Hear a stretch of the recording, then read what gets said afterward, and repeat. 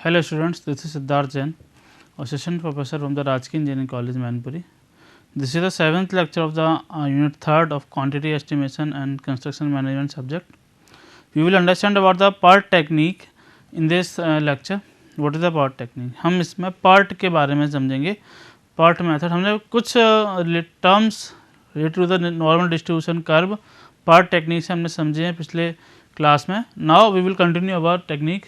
Before understanding about the PERT technique, we have to understand about the probability distribution curve because PERT हमने जाना था कि PERT उन techniques उन project के लिए यूज होता है जिसमें बेसिकली रिसर्च एंड डेवलपमेंट जिसमें हमें टाइम नहीं पता होता है. ओके, तो टाइम नहीं मतलब प्रोबेबिलिटी पता होती है. तो डिस्ट्रीब्यूशन कर्व हमने जाना था, तो डिस्ट्रीब्यूशन कर्व को ही कन्वर्ट करते हैं प्रोबेबिलिटी डिस्ट्रीब्यूशन कर्व, और प्रोबेबिलिटी डिस्ट्रीब्यूशन कर्व से हम समझते हैं इस मेथड को PERT को. ओके, तो PERT को समझने से पहले हम प्रोबेबिलिटी डिस्ट्रीब्यूशन कर्व के बारे में जान लेते हैं. What is the probability distribution curve? Now हम सभी जानते हैं कि प्रोबेबिलिटी मीन्स क्या होता है. प्रोबेबिलिटी का मतलब होता है कि किसी इवेंट को या किसी चीज़ के होने के चांसेस कि मीन्स कि कॉइन को छाल रहे हैं तो उसमें हेड आने के क्या चांसेस हो सकते हैं, टेल आने के क्या चांसेस होते हैं, तो उसको बोलते हैं प्रोबेबिलिटी. ओके, तो प्रोबेबिलिटी मीन्स तो प्रोबेबिलिटी से ही प्रोबेबिलिटी डिस्ट्रीब्यूशन कर्व बना है. तो हमने अलग अलग इवेंट्स की प्रोबेबिलिटी फाइंड की, मीन्स उसके होने के चांसेस, और को एक कर्व में कन्वर्ट कर दिया और बता दिया कि इसमें अगर इसमें जो मीन टाइम या जो एक्सपेक्टेड टाइम आता है जिस पॉइंट पर, तो वो उतने चांसेस उस इवेंट के होने की होते हैं. ओके, तो हम जानते हैं कि जो PERT टेक्निक है प्रोबेबिलिटी है अनसर्टेनिटी बताता है about the time estimate of the PERT activities. Hence the probability distribution curve is used for the analysis of the these types of estimate or a research and development type of estimates. okay, time estimate. okay, तो frequency distribution, अब देखो frequency distribution curve से हम probability distribution curve में कैसे बदलेंगे. Simple तरीके से हम जानते हैं कि प्रोबेबिलिटी डिस्ट्रीब्यूशन कर्व प्रोबेबिलिटी किसी भी चीज़ की होने की प्रोबेबिलिटी कहाँ से कहाँ तक लाई करती है. परसेंटेज में बोले हैं, सिंपल बोलें, अगर हम परसेंटेज में बोलें तो हेड और हम सिक्का उछालते हैं या कोई भी चीज़ इवेंट करते हैं तो उसके होने के चांसेस 0% हो सकते हैं, मीन्स वो नहीं हो सकता, या 100% हो सकते हैं, इट मीन्स वो हो सकता है. ओके, या फिर इनके बीच का हो सकता है, यानी कि कुछ चांसेस हैं.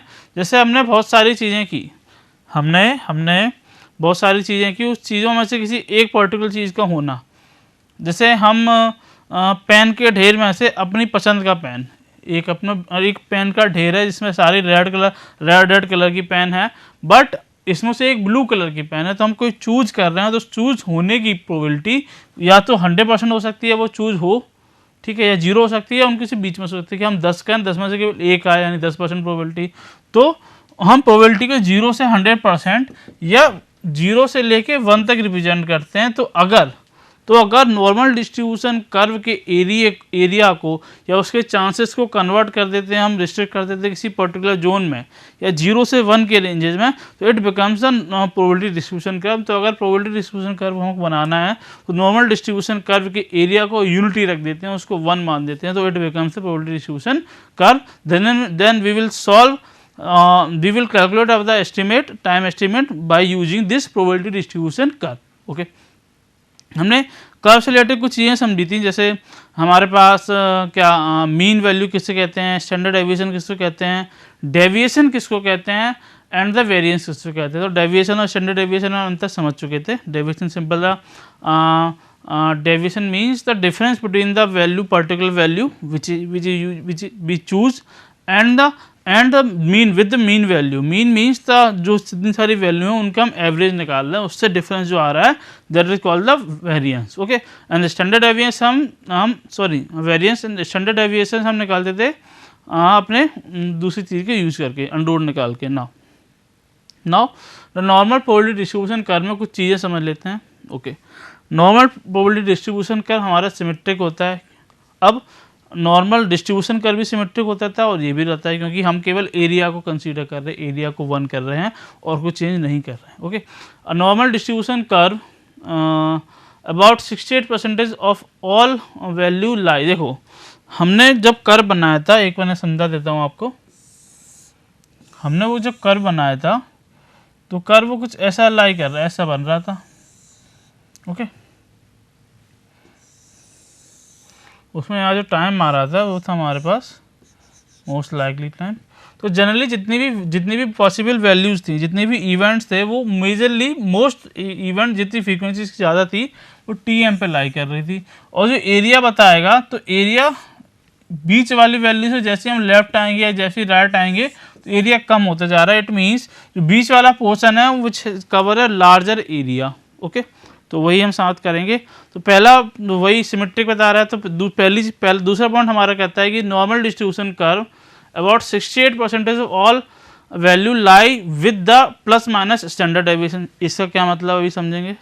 And the normal distribution curve about 95% of all the value of normal probability lie within the 2 times of standard deviation, as well as 99.7% activities are considered in a 3 times of standard deviation. What is this? हम समझते हैं अभी।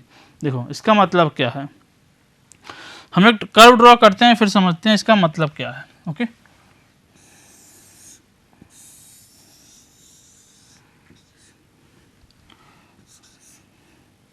in this axis we draw a number of activities.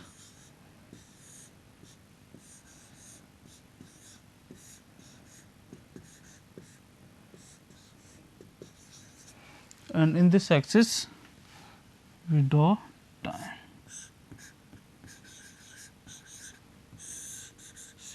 This is time, this is activity. Okay, now we draw a normal distribution curve, or we can say the draw a probability distribution curve, normal probability distribution curve. तो हम जब number of activities को Y axis पे रखते हैं और time को x axis पे रखते हैं तो कर्व ड्रॉ करते हैं। वो कर्व हमारा इस तरीके से बन के आता है। It will look like this. ठीक है, जो हमारा सिमेट्रिक होता है अबाउट वाई एक्सिस। ओके, अब जो पीछे 3 लाइन थी हमारी, इसमें 68%, 95% और 99.7% वाला कुछ पंगा था, उसके बारे में समझते हैं। देखो हमने पढ़ा था कि मीन के बारे में पढ़ा था अभी, स्टैंडर्ड डेविएशन के बारे में पढ़ा था। इसको हम एक्स बार से रिप्रेजेंट करते थे, standard deviation which is denoted as a sigma. Okay, now mean means एक मीन वैल्यू। ओके, मतलब जो मीन वैल्यू, तो किसी टाइम के होने की मीन वैल्यू होने के चांसेस कितने होते हैं? 50%। मीन मतलब आधा, बीच वाला। ठीक है, तो अगर स्टैंडर्ड डेविएशन का मतलब कि उससे थोड़ा सा आगे, तो अगर हम x प्लस सिग्मा यानी कि sigma standard deviation 1 time standard deviation की बात करें, तो अगर कोई चीज़ या कोई इवेंट हमारा कोई एक्टिविटी हमारी मीन टाइम से स्टैंडर्ड डेविएशन तक जाती है, तो वो कर्व में कितने परसेंटेज एरिया कवर करती है, which is called as x plus sigma. Okay, तो अब हमारे पास 3 एक्सेस ड्रॉ की, हमने 3 लाइन ड्रॉ करी। ठीक, तो इसको हम कहेंगे x bar plus sigma. Okay, इसको हम कहेंगे x bar plus 2 sigma, and this is called as x bar plus 3 sigma. Okay, as well as हम इधर भी ड्रॉ करेंगे।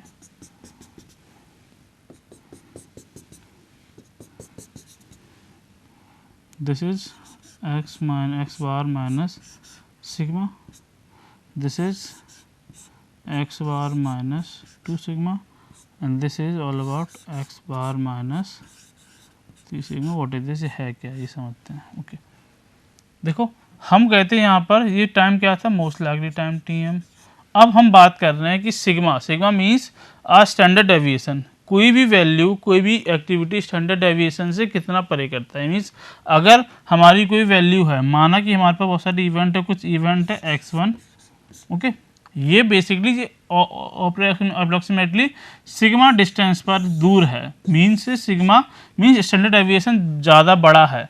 तो अगर हम सिंगल स्टैंडर्ड डेविएशन कंसीडर करते हैं, एक टाइम सिंगल कंसीडर करते हैं, तो जो एरिया हमारे पास आता है नॉर्मल डिस्ट्रीब्यूशन कर्व या प्रोबेबिलिटी डिस्ट्रीब्यूशन कर्व में, वो एरिया होता है 68%, यानी कि 68% of activity which is lie with in the x minus sigma and x bar minus sigma and x plus sigma. Means single standard deviation तक के range में हमारा प्रोबेबिलिटी डिस्ट्रीब्यूशन कर्व 68% कवर हो जाता है। इट मीन्स 68% एक्टिविटीज़ हमारी ख़त्म हो जाती हैं किसमें, x plus sigma, x minus sigma के बीच में, मतलब एक सिंगल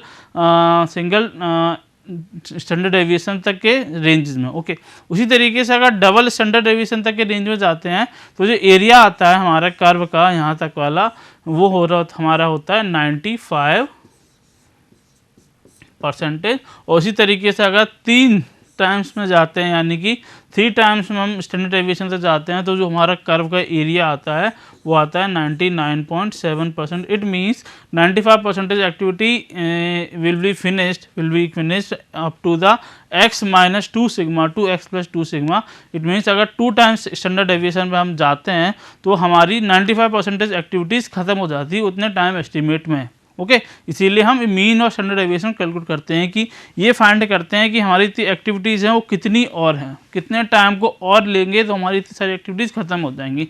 एंड अगर हम x माइनस 3 सिग्मा की बात करते हैं तो x माइनस 3 सिग्मा और x प्लस 3 सिग्मा तक हमारी जितनी भी एक्टिविटीज़ हैं वो 99.7%, ऑलमोस्ट सारी एक्टिविटीज़ हमारी x माइनस 3 सिग्मा से x प्लस 3 सिग्मा के बीच में ख़त्म हो जाती हैं। ऑलमोस्ट कहेंगे, क्योंकि कंप्लीट तो नहीं कहेंगे, क्योंकि 99.7 है, 100% नहीं है। तो this is all about the probability distribution curve. इससे मदद से हम सॉल्व करते हैं अपने टाइम एस्टिमेट को। तो प्रोबेबिलिटी डिस्ट्रीब्यूशन कर्व के बारे में समझा ना। अब इससे रिलेटेड कुछ चीज़ें समझ लेते हैं। अब हमने कर लिया स्टैंडर्ड डेविएशन, हमको पता पड़ गया। हमने स्टैंडर्ड डेविएशन निकाला था किसके हेल्प से, हमने स्टैंडर्ड डेविएशन निकाला था मीन के हेल्प से, वेरिएंस के हेल्प से in a normal distribution curve. Now we will calculate our standard deviation with the help of, या हम स्टैंडर्ड डेविएशन अपने देखेंगे किसमें, अब देखेंगे नॉर्मल प्रोबेबिलिटी डिस्ट्रीब्यूशन कर्व में, या प्रोबेबिलिटी डिस्ट्रीब्यूशन कर्व में हम देखेंगे अपने स्टैंडर्ड डेविएशन कैसे निकालते हैं। Now this is the formula, but कैसे उसके बारे में समझ लेते हैं। देखो, हमने जब प्रीवियस क्लास में देखा था तो हमने जब कर्व बनाया था एक, उसमें देखा था कि this is called as a TM, this is called as a T0 and this is called as a TP। So जो TP एंड T0 पॉइंट्स हैं, basically TM consider belongs to x bar, T0 यानी optimistic time belongs to x bar minus 3 sigma, and as well as इसी तरीके से TP consider belongs to x bar plus 3 sigma. It means ये जो T0 और TP थे वो extreme point थे हमारे उस रेंज में, 99.7% के रेंज में। ओके, नाउ इसकी मदद से हमारा ये निकला है कैसे, कि हम सिग्मा को यानी कि स्टैंडर्ड डेविएशन को निकाले with the help of optimistic time and the pessimistic time. If we know about the pessimistic time and optimistic time, then we calculate our standard deviation and the probability distribution curve. How can we solve? Okay, how can we calculate? Okay, हम जानते हैं कि T0 बराबर क्या हो जाएगा, with the help of this curve कह देंगे कि वो हो जाएगा हमारा x बार माइनस 3 सिग्मा। उसी तरीके से पेसिमिस्टिक टाइम TP हमारा कितना हो जाएगा, it becomes x bar plus 3 sigma, तो 3 सिग्मा। ओके, अब हम पहली इक्वेशन या TP को T0 से माइनस करना चाहें, इसको माइनस करेंगे, ये हमको फर्स्ट बोल देते हैं, इसको सेकंड बोल देते हैं। तो हम सिंपल तरीके से इक्वेशन सेकंड -1, सो हमारे पास आता है TP minus T0 is equal to, अगर इसको कर ही देते हैं x minus 3 sigma, sorry x plus 3 sigma, क्योंकि TP 3 सिग्मा है, minus of x bar minus 3 sigma.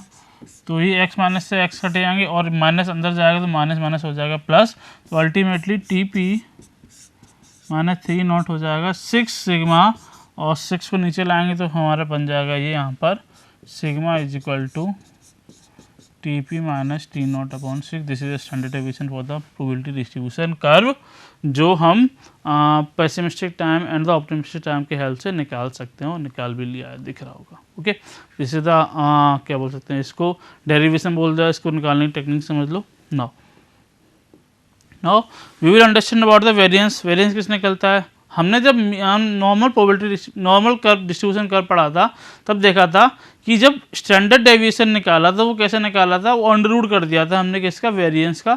अब वेरिएंस निकालें तो स्क्वायर कर दो। उसी तरीके से हम यहाँ पर वेरिएंस निकालना चाहेंगे अगर किसी प्रोबेबिलिटी डिस्ट्रीब्यूशन कर्व में एक्टिविटीज़ का, तो सिंपल तरीके से जो स्टैंडर्ड डेविएशन है इसका स्क्वायर कर देते हैं, तो variance becomes sigma square is equal to TP minus T not divided by 6 का whole square. It is called as a variance of a probability distribution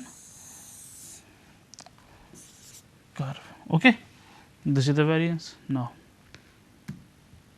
now ultimate अब चीज़ आती है expected time of the activity. What is the expected time of activity, इसके बारे में समझ लेते हैं हम। ओके, एक्टिविटी के बाद अब मेन आता है एक्सपेक्टेड टाइम क्या होता है। ये एक्सपेक्टेड टाइम मीन्स हमने अभी तक स्टैंडर्ड हमने पेसिमिस्टिक 3 टाइम एस्टीमेट समझा। 3 टाइम एस्टीमेट क्या होता है, वो 3 टाइम एस्टीमेट क्यों करते हैं, अब वो बात आती है। 3 टाइम एस्टीमेट करते हैं हम, दिस इज एक्सपेक्टेड टाइम को निकालने के लिए। This is the time of the time duration of the particular project with the help of part technique. Part technique से हम यही निकालते हैं। ये निकालने के लिए पहले वो 3 टाइम निकालने पड़ते हैं, देन हम इसको निकालते हैं। ओके, तो what is the expected time of the activity. Expected time means ये 3 टाइम एस्टिमेट का एवरेज होता है या वेटेड एवरेज होता है। हम एवरेज ना कह के इसको बोल सकते हैं वेटेड एवरेज। इसमें वेट लिया जाता है। वेट मीन्स किसी चीज़ की महत्वता ली जाती है, जैसे कि 3 टाइम है, उन तीनों टाइम में किसकी कितनी इंपॉर्टेंस है। जिसकी ज़्यादा इंपॉर्टेंस होती है उसका वेट ज़्यादा होता है। बेसिकली तो वेटेड एवरेज लेते हैं, देन हम निकालते हैं अपना completion time of the activity या completion time of the project. Okay, now कैसे निकालते समझते हैं। तो ये दिख रहा है हमारे पास, ये हमारे पास एक्सपेक्टेड टाइम का फॉर्मूला ये आया कैसे है, ये आया है वेटेड एवरेज से। तो वेटेड एवरेज कैसे लिया गया है, हमने देखा था कि जो मीन टाइम था या मोस्ट लाइकली टाइम था उस पर most of the activities complete हो रही थी, उसकी फ्रीक्वेंसी बहुत ज़्यादा थी, तो उसको वेट ज़्यादा लेना पड़ेगा, यानी कि उसकी महत्वता ज़्यादा लेनी पड़ेगी। तो इस फॉर्मूले में फॉर द एक्सपेक्टेड टाइम में हमने 3 टाइम एस्टिमेट निकाला था। इट मीन्स हमने 3 तरीके के टाइम सॉल्व किए थे। व्हाट इज वो था दो 3 times. First time is a optimistic time, second is a pessimistic time, and third one is a most likely time. तो इन तीनों टाइम को हमने वेट दिया। वेट क्या दिया कि हमने सबसे पहले देखा कि ऑप्टिमिस्टिक टाइम बहुत कम होता है, लोग किसी का बहुत कम एक्टिविटीज़ का होता है, तो इसको 1 वेट दे दिया सिंपल। उस तरीके से पेसिमिस्टिक भी बहुत ज़्यादा टाइम होता है, बहुत कम एक्टिविटी का होता है, उसको हमने 2 दे दिया। उस तरीके से सॉरी इसको भी हमने 1 दे दिया क्योंकि ये भी कम होता है, इसको भी 1 दे दिया। And last is most likely time. ये most likely time, most of the frequency इसी पे लाई करती है, ये बहुत ज़्यादा होता है, तो इसको हमने सबसे ज़्यादा वेट दिया, इसको वेट दे दिया हमने 4। तो इस तरीके से वेट देके हमने अल्टीमेटली एक्सपेक्टेड टाइम निकाल दिया। वेट निकाला तो वेटेड एवरेज कैसे निकाला जाता है, सिंपल तरीके से नंबर ऑफ द एक्टिविटी, जैसे वेटेड एवरेज निकाला जाता है सिंपल तरीके से। वेटेड एवरेज अगर निकालना चाहें तो number of events, we have a number of events x1 x2 x3, इसको हमने वेट दिया है n1, इसको वेट दिया है n2, इसको वेट दिया है n3। So the weighted average becomes x1 n1 plus x2 n2 plus x3 n3 divided by total weight. Total weight कितना हो जाएगा, n1 plus n2 plus n3। Same as हम इसको निकालते हैं। एक्सपेक्टेड टाइम हमारा निकला, हम इसको हटा देते, थोड़ा सा मिटा देते हैं।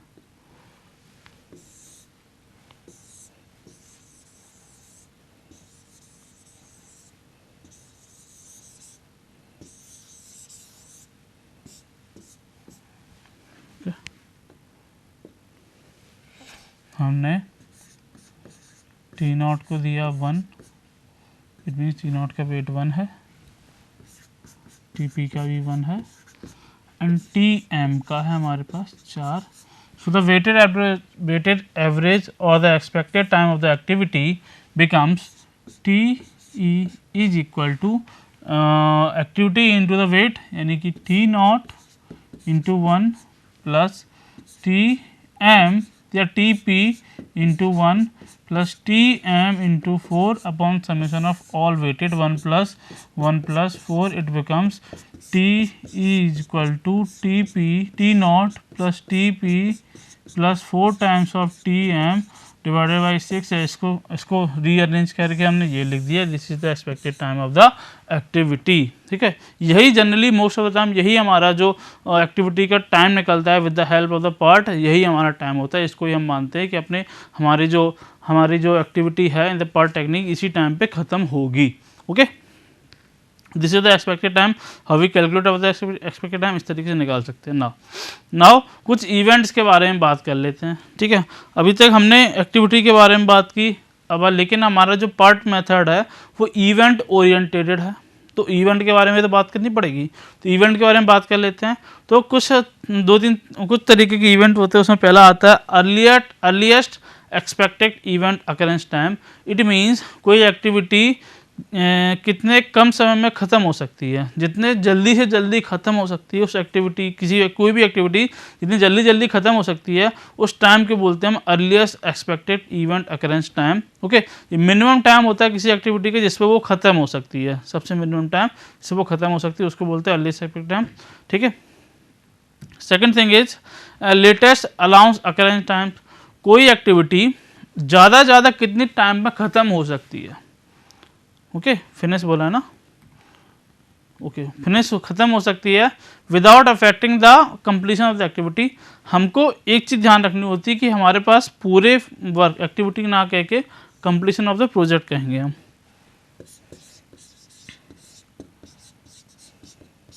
प्रिंटिंग मिस्टेक, कोई भी एक्टिविटी कैसी भी हो, बट हम जो प्रोजेक्ट टाइम निकाल लेते हैं उस प्रोजेक्ट टाइम के बियॉन्ड नहीं जा सकते। इसके बारे में बहुत बार बात कर चुके हैं। क्यों? ज़्यादा जाओगे कॉस्ट बढ़ेगी, दिक्कत होगी। तो हम एक्टिविटी का वो टाइम जो ज़्यादा समय ले सकता है, बट वो ज़्यादा समय ले सकता है लेकिन उस समय से हमारी completion of the project affect ना हो, उसको बोलते हैं हम latest allowance occurrence time. It is also known as a latest allowance time. Okay,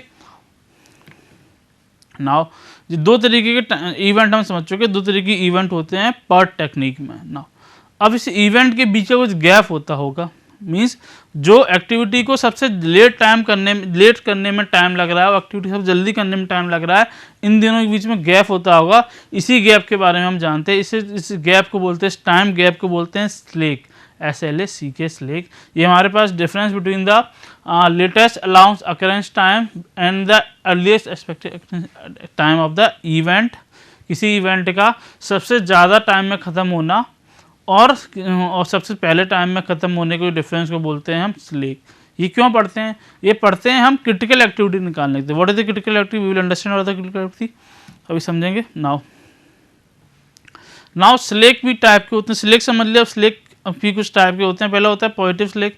positive slack का मीन्स डिफरेंस होता है। पहली बात तो ये डिफरेंस होता है हमारा लेटेस्ट अलाउंस अकरेंस टाइम को टी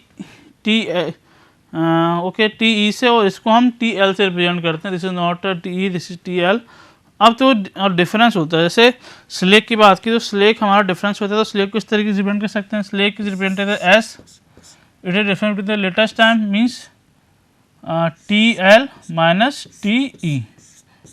ओके, अब ये एक्टिविटी जल्दी ख़त्म होने का समय है, ये लेट से लेट होने का समय है। लेकिन ज़रूरी नहीं है कि ये बड़ा हो या छोटा हो, ये भी ज़रूरी है। ये हो सकता है कि लेटेस्ट हमारा छोटा हो, अर्लीस्ट हमारा ज़्यादा हो। So from the basis of this type हम तीन तरीके के सिलेक्ट निकलते हैं। पहला होता है पॉजिटिव सिलेक्ट, जिसमें TL means S equal to TL minus TE। It means S is greater than 0, it means the slack positive, it means the TL greater than TE, यानी means latest allow second time ज़्यादा हो, expected time हो। इसमें फ़ायदे में रहते हैं। इसमें मतलब क्या है, जो लेट से लेट होने वाला समय है वो ज़्यादा है और अर्लियर इस कम है। इसका मतलब हम सही चल रहे हैं, हम अपने इवेंट आगे चल रहे हैं, शेड्यूल से आगे चल रहे हैं, अच्छी तरीके से सही चल रहे हैं, S टाइम से हम आगे चल रहे हैं, सही चल रहा है। ओके, हमें इसमें रिसोर्स हटा भी सकते हैं, एक्सेस रिसोर्स को, कोई दिक्कत नहीं है। ओके, फिर आता है जीरो स्लेक। इसमें इट मीन्स हमारे पास कोई भी गैप नहीं है, समय का, टाइम का गैप नहीं है। अगर इवेंट हमारा लेट से लेट टी एल पर ख़त्म होना चाह रहा था और कम से कम टी ई पे, लेकिन वो दोनों टाइम एक ही हैं, S is equal to T L minus T E, it mean S is equal to zero, it means T L is equal to T E, यानी कि हमारा टाइम जो हमारा जो वर्क है वो शेड्यूल चल रहा है, सही चल रहा है, सही टाइम पे चल रहा है, इसमें कोई भी हम आगे पीछे नहीं कर सकते, बिल्कुल सही टाइम पे चल रहा है। तो जो रिसोर्सेज इसमें थे वो रिसोर्सेज होने चाहिए, इसमें कुछ हटा नहीं सकते। But third one is negative slack, इसका मतलब है कि T L S is equal to T L minus T E, it means T L is less than T E, मतलब जो लेटेस्ट टाइम था, ज़्यादा किसी चीज़ को करने में समय लग रहा था वो कम से कम निकल रहा है। मीन्स अब हमको उसमें देरी हो रही है, किसी एक्टिविटी को शेड्यूल करने पीछे चल रहा है, किससे, एस टाइम से पीछे चल रहा है, तो हमें उसको रिसोर्सेज को देना पड़ेगा। ठीक है, रिसोर्सेज सही पर्याप्त नहीं है, हमें उसमें चीज़ें और देखनी पड़ेंगी। रिसोर्सेज मीन्स हम लेबर ज़्यादा देना पड़ेगा, मटेरियल ज़्यादा पड़ेगा, कौन टाइम पे ख़त्म हो जाए, वो एक्टिविटी सही टाइम पे ख़त्म हो जाए, तो उसको बोलते हैं नेगेटिव स्लैक। उस एक्टिविटी को ख़त्म करने, जल्दी ख़त्म करना चाहते हैं। तो ये दिस टाइप ऑफ स्लैक हम समझे, स्लैक्स के बारे में समझे। ठीक है, तो इन दिस लेक्चर हम बहुत सारी चीज़ें के बारे में समझे, जिसमें हमने प्रोबेबिलिटी डिस्ट्रीब्यूशन कर्व के बारे में बेसिकली समझा। What are the probability distribution curve, what are the term which is belongs to the probability distribution curve. Okay, probability distribution curve means the area of the curve becomes 0 to 1 range, मतलब area of the curve हम 1 कर देते हैं और उसमें हम देखते हैं कि हमारा एक्सपेक्टेड टाइम कितना निकल रहा है। हमने देखा कि बहुत सारी एक्टिविटीज़, मतलब 68% एक्टिविटीज़ कहाँ तक लाई करती हैं, x bar plus sigma 95%, x bar plus 2 sigma 99.7% activities will lie in a x bar plus 3 sigma two x bar minus 3 sigma. Means समझ चुके, ये कर्व हमने देखा था, समझा इसके बारे में, मीन डेविएशन बारे में समझा हमने। जो मीन स्टैंडर्ड डेविएशन है वो नॉर्मल डिस्ट्रीब्यूशन कर्व के लिए निकाले थे। Now we will calculate about the mean and variance and deviation for the probability distribution curve. तो हमारे पास ये निकल के आया, ये किससे निकला है, किसके टर्म में निकला, ये निकला हमारे पास ऑप्टिमिस्टिक एंड पेसिमिस्टिक टाइम के टर्म्स में निकला हमारे पास। Okay, ultimately expected time of activity निकाली, जो बेसिकली अल्टीमेटली वेटेड एवरेज होता है 3 टाइम एस्टिमेट का, जो हमने समझा था प्रीवियस लेक्चर में। 3 टाइम एस्टिमेट क्या कहते हैं, वो 3 टाइम क्या कहते हैं, उसका वेटेड एवरेज निकाला, जो अल्टीमेटली हमारे पास निकला T is equal to T not plus 4 times of T M plus T B upon 6। इसकी मदद से ही हम किसी एक्टिविटी का कंप्लीशन टाइम निकाल सकते हैं। नाउ लास्ट में इवेंट के बारे में जाना, क्योंकि पार्ट हमारा इवेंट ओरिएंटेड टेक्निक है, जिसमें हम इवेंट पे फोकस रखा जाता है। तो इवेंट के बारे में जानना पड़ेगा। तो 2 तरीके के इवेंट हमने समझे, एक होता है अर्लीस्ट एक्सपेक्टेड इवेंट, एक होता है latest allowance event. Means earliest means जो किसी एक्टिविटी को जल्दी से ख़त्म कर सकें, उसको बोलते, ख़त्म कर सकें, जिस पॉइंट पे ख़त्म हो उसको अर्लीस्ट बोलेंगे, और जो सबसे ज़्यादा ख़त्म हो सके उसको लेटेस्ट बोलेंगे। तो इसके बिहाफ पे हमने 3 तरीके के सिलेक्ट समझा। मीन्स हम इन दोनों के गैप को समझा। गैप का समझना क्यों ज़रूरी है, गैप मीन्स डिफरेंस समझना क्यों ज़रूरी है। डिफरेंस समझना इसीलिए ज़रूरी है क्योंकि हम अपनी एक्टिविटी को सही तरीके से शेड्यूल कर सकें। अगर कोई एक्टिविटी जल्दी हो रही है, बढ़िया बात है, तो हम किसी दूसरी एक्टिविटी को लगा सकते हैं। कोई एक्टिविटी लेट हो रही है तो उसको जल्दी करना चाहिए, तो वो कैसे निकालेंगे, वो स्लैक की हेल्प से निकालेंगे, स्लैक निकाल के। ठीक है, तो स्लैक निकाला तो स्लैक के बिहाफ पे हमने 3 तरीके के स्लैक समझे, positive slack, negative slack and the zero slack. इसके बारे में समझे कि अगर कोई पॉजिटिव मीन्स हमारा आगे है, टाइम सही चल रहा है, थोड़ा आगे चल रहा है, बढ़िया। जीरो मीन्स सही टाइम पे चल रहा है, बट नेगेटिव मीन्स पीछे चल रहा है, इसको सही किया जाए। ठीक है, हमने इस क्लास में प्रोबेबिलिटी डिस्ट्रीब्यूशन कर्व के बारे में जाना। In this upcoming lecture we will understand about the estimation, time estimation of the project. ठीक है, with the help of this part method. Now आज के लेक्चर के लिए इतना ही। Thank you for watching.